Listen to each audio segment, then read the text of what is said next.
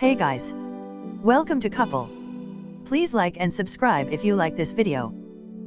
Gary D. Cohn, President Trump's top economic advisor, said on Tuesday that he would resign, becoming the latest in a series of high-profile departures from the Trump administration. White House officials insisted that there was no single factor behind the departure of Mr. Cohn, who heads the National Economic Council.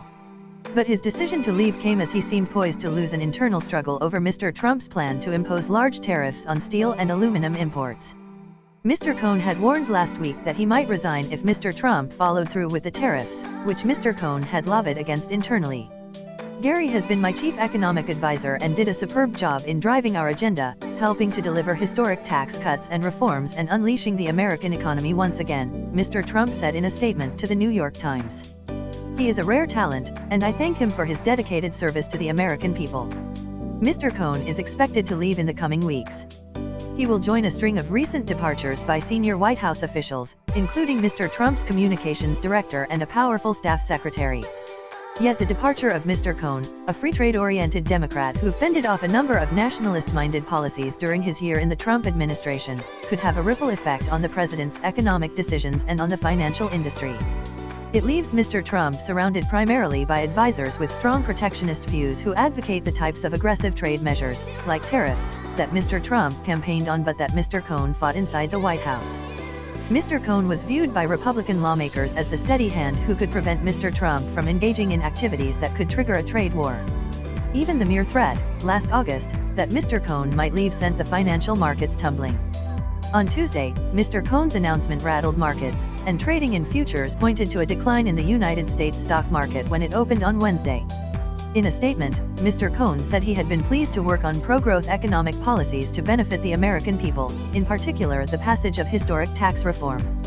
White House officials said that Mr. Cohn was leaving on cordial terms with the president and that they planned to discuss policy even after his departure. Mr. Cohn's departure comes as the White House has been buffeted by turnover, uncertainty and internal divisions, and as the president lashes out at the special counsel investigation that seems to be bearing down on his team. A host of top aides have been streaming out the White House door or are considering a departure. Rob Porter, the White House staff secretary and a member of the Inner Circle, resigned after spousal abuse allegations. Hope Hicks, the president's communications director and confidant, announced that she would leave soon. In recent days, the president has lost a speechwriter, an associate attorney general and the North Korea negotiator. Others are perpetually seen as on the way out. John F. Kelly, the chief of staff, at one point broached resigning over the handling of Mr. Porter's case. Lieutenant General H.R. McMaster, the national security advisor, has been reported to be preparing to leave. And many officials wonder if Jared Kushner, the president's son-in-law and senior advisor, will stay now that he has lost his top-secret security clearance. The departure of Mr. Cohn further shrinks the number of allies Mr. Kushner and his wife, Ivanka Trump, have in the White House. More than 1 in 3 top White House officials left by the end of Mr. Trump's first year, and fewer than half of the 12 positions closest to the president are still occupied by the same people as when he came into office, according to a Brookings Institution study. Mr. Cohn's departure will bring the turnover number to 43%, according to updated figures compiled by Catherine Dunn Tenpas of the Brookings Institution. For all the swings of the West Wing revolving door over the last year, Mr. Cohn's decision to leave struck a different chord for people. He is among the most senior officials to resign to date. Mr. Trump's announcement last week that he would levy tariffs on aluminum and steel imports was the most immediate catalyst for Mr. Cohn's departure, according to people familiar with his thinking. A longtime proponent of free trade, Mr. Cohn believed the decision could jeopardize economic growth. The president, urged to consider the risks of losing Mr. Cohn by several advisors, appeared unconcerned, insisting that he could live without his economic advisor as he makes a more aggressive return to the nationalist policies that helped sweep him into office as the 2018 midterm elections approach.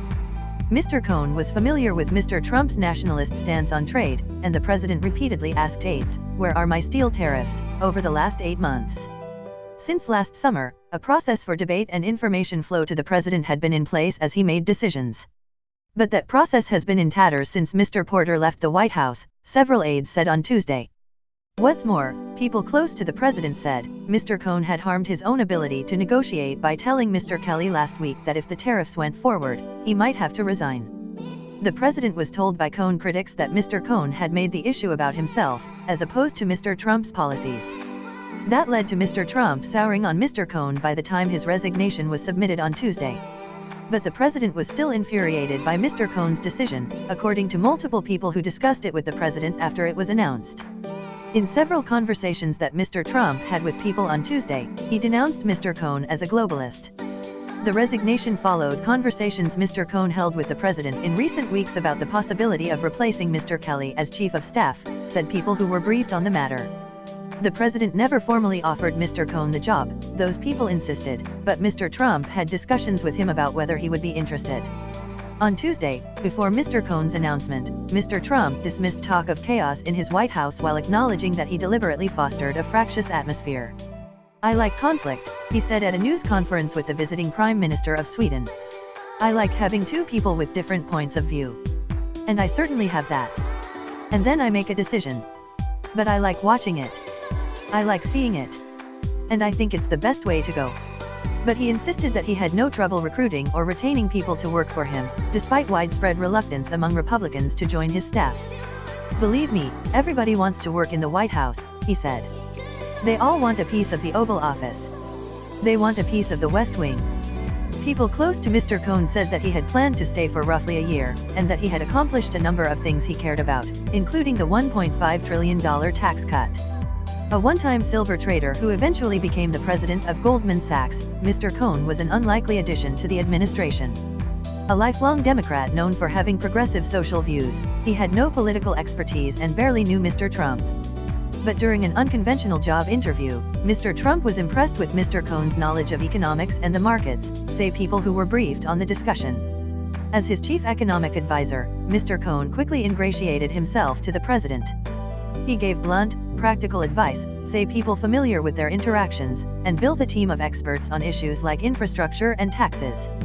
At one point, he was part of a moderate-minded coalition of staff members including Mr. Kushner and Ms. Trump, also an advisor who pushed for the preservation of workplace rights for gay, lesbian, bisexual and transgender people. He also pushed Mr. Trump to remain in the Paris Climate Accord, a battle he ultimately lost. He argued frequently over Mr. Trump's America First approach to trade, justing most recently with the White House aide Peter Navarro and Commerce Secretary Wilbur Ross over the harm he believed nationalist economic policies would generate. Shortly after his inauguration, Mr. Trump withdrew the United States from the Trans-Pacific Partnership, an Obama-era trade agreement with a number of Asian nations. Then, on at least 3 occasions last year, Mr. Cohn rebuffed Mr. Navarro's attempts to withdraw from the North American Free Trade Agreement. Mr. Cohn was also part of a group of White House aides who effectively blocked the metal tariffs on several occasions. Some of Mr. Cohn's struggles on the job were painfully public. During an interview with CNBC, he once described working for Mr. Trump as a dream come true. Yet as the top economic advisor to a president who is often contradictory on matters of policy, he sometimes had to finesse Mr. Trump's errors, a role that critics regarded as damaging to Mr. Cohn's reputation. Mr. Cohn's rapport with Mr. Trump has been tenuous at times. In August, after violent nationalist protests in Charlottesville, Virginia, that led to a woman's death, Mr. Cohn was so troubled by the president's response that he wrote a resignation letter, according to people briefed on the document. That time, Mr. Trump persuaded him to stay. But, loath to hide his feelings on the matter, he publicly criticized his boss, saying in a Financial Times interview that the administration can and must do better to condemn hate groups. Late last year, Mr. Navarro was placed under Mr. Cohn's supervision and asked to copy him on emails, effectively neutering his effect on policy for a time. But a tumultuous period in the White House in February resulted in Mr. Navarro's reascendance, and with that, his protectionist policy agenda. Mr. Cohn, who officials said has not set a firm departure date, will probably take a month or so to regroup after leaving, according to someone familiar with his thinking. Possibilities he has considered for a next step, said this person, include opening up his own investment firm or, according to 2 people familiar with his thinking, a more senior job in the Trump administration.